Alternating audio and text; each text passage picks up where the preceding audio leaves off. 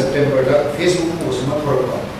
masida hai si lakba September date line banda umtara narkada ki Manipuri like students pudima meeting ma topani at DMU Dhanamantri University masida mayam lakpiu aduga si meeting sida hojik thoribi iran sida mari nana satra pudima ki ware ma topani hai we Facebook post ma thorpa hai all Manipur students have unions wide organizations wide si karam organization no union no hai to fazana identify su to bro aduga Manipur ki leiba satra mayam se hai si toina ma pullaga api ki leiba Manipur ki leiba whatever issues la khana gani hai se masi maya aina hajing de we side to be government side to be masi Donjaning de se han MSU MSF DSAM KSA SUA AIMS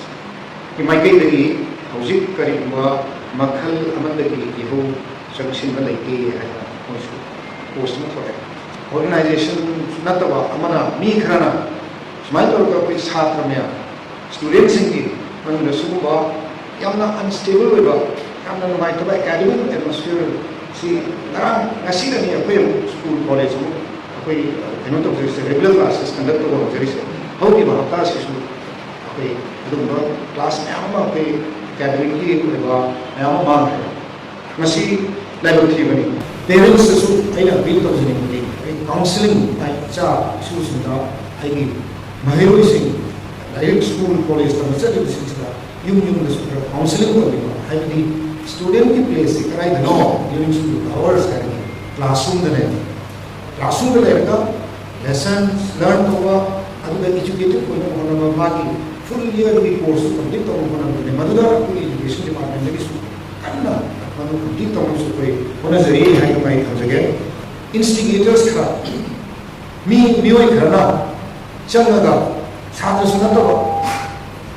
student organization सुना तो साथ से जो होगा rally चलना road तो पुटोकरा मैं आम तौर पर से मसी हम लाइक में मसी गवर्नमेंट जनिंग दे गवर्नमेंट की साइड की हम कहना अपील तो से मसी तो बिगनो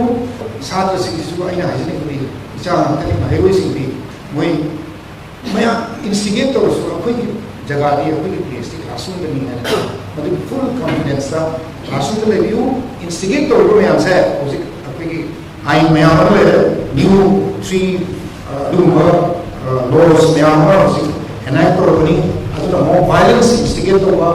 violence the indulge होगा सिंह मनता कोई आई जब सारा